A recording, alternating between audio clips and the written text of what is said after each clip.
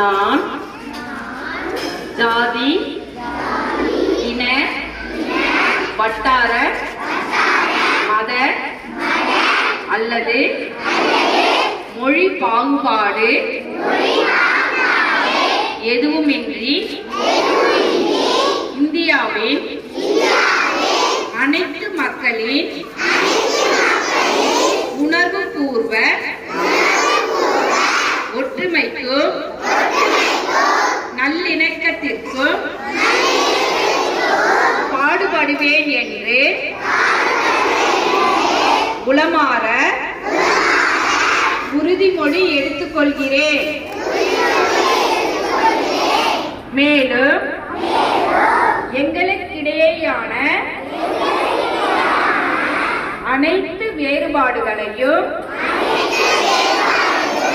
வன்முறையில் ஈடுபடாமல் பேச்சுவார்த்தைகள் மூலமாகவும் அரசியலமைப்பு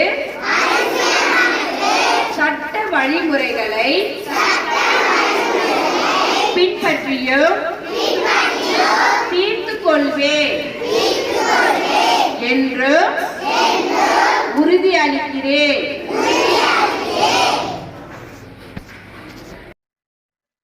மகாத்மா காந்தி அவர்களின் 76ஆம் ஆண்டு நினைவஞ்சலி.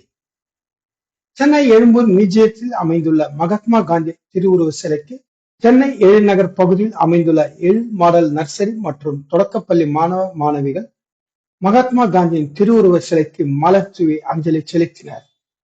இதனைத் தொடர்ந்து பள்ளியின் வளாக முன்பு காந்திஜியின் உருவப்படத்திற்கு மலர் தூவி அஞ்சலி செலுத்தினர். இந்த அஞ்சலி நிகழ்ச்சியில் பள்ளியின் நிறுவனர், தலைமை ஆசிரியர், ஆசிரியர்கள் மற்றும் பெற்றோர்கள் என அனைவரும் கலந்து கொண்டு மகாத்மா காந்தியின் அஞ்சலி செலுத்தினர்.